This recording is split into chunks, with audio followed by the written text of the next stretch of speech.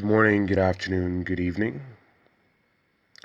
Uh, this is Apparition. Before I start my video, I would just like to point your direction to my fair use notice. Um, Most of the time, I simply reference materials or articles or videos that I see. I don't actually put it, I try not to put those things into my videos, but I reference them to make an argument. I also provide general legal advice for educational purposes. So, so I have a disclaimer for that as well, just so that people know that I'm not intending to give a specific person legal advice. And any materials or any articles that I mention in the video will be linked in the video description below. Thank you.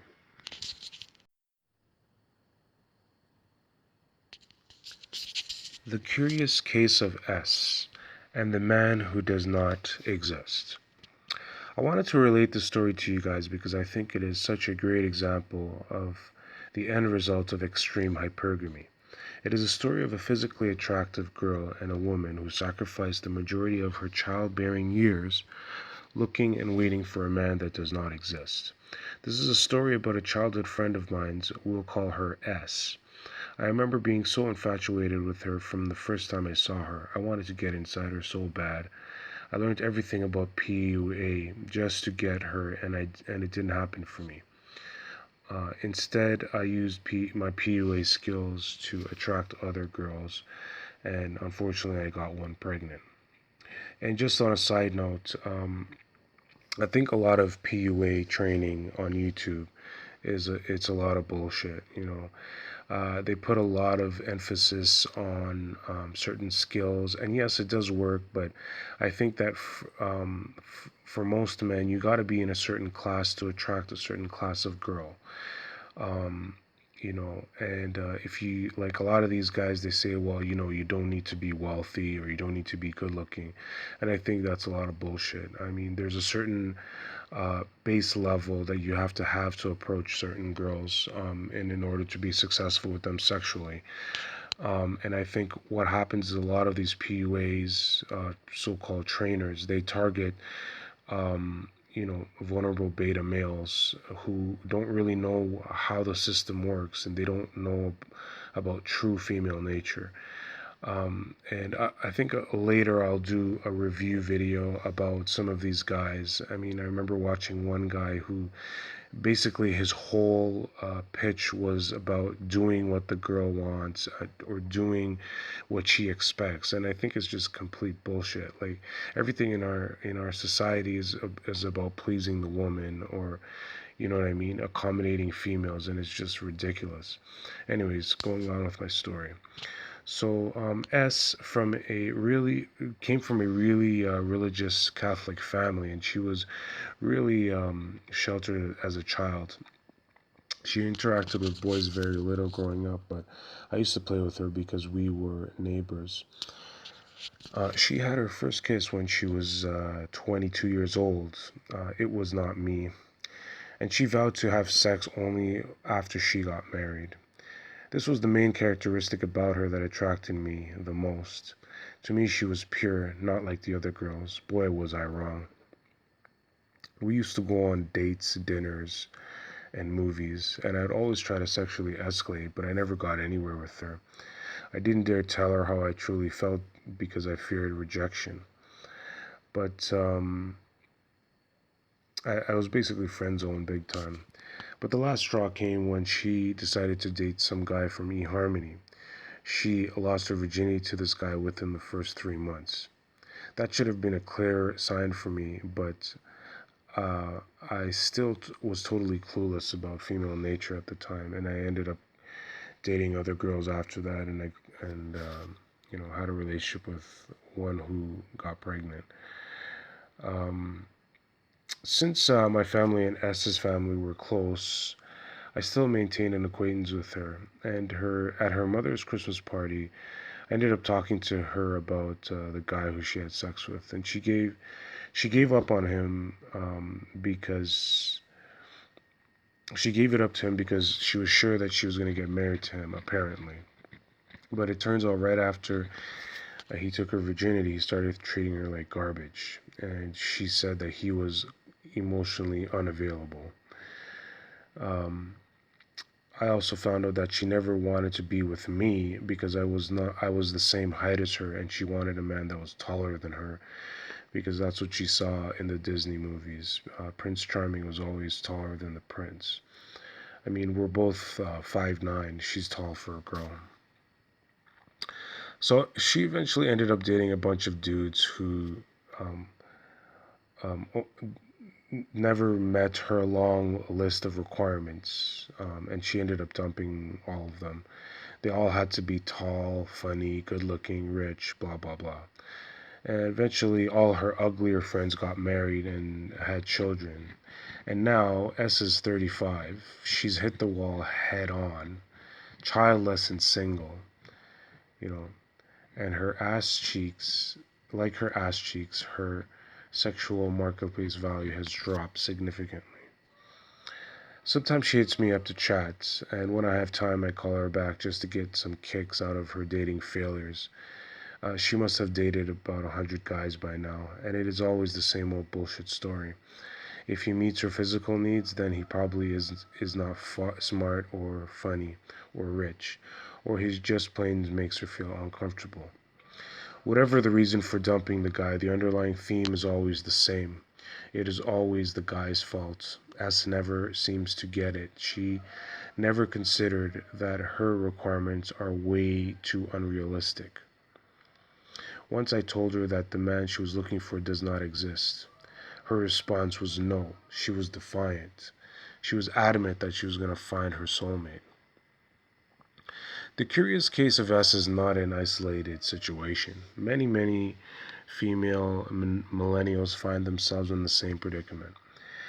There was a journalist at the Atlantic newspaper or magazine. Her name is Kate Bolick, who narrates a very long-winded, similar story as S in the article called "All the Single Ladies." I'll link in the description below. She starts the article off by saying, recent years have seen an explosion of male joblessness and a steep decline in men's life prospects that have disrupted the romantic marketplace in ways that narrow a married-minded woman's options. Increasingly, her choices are between deadbeats whose numbers are rising and playboys whose power is growing. So that little snippet there sums it up pretty well. Like, similar to S, Bolick basically blames men, right? Men are the disruptors, supposedly, of the romantic marketplace. They are either deadbeats or playboys. She fails to explore this issue in any objective way. And when I watched Bolick on the Agenda, hosted by Stephen Paikin, in an interview, what I saw was a fossilized, formerly attractive woman with huge bags under her eyes.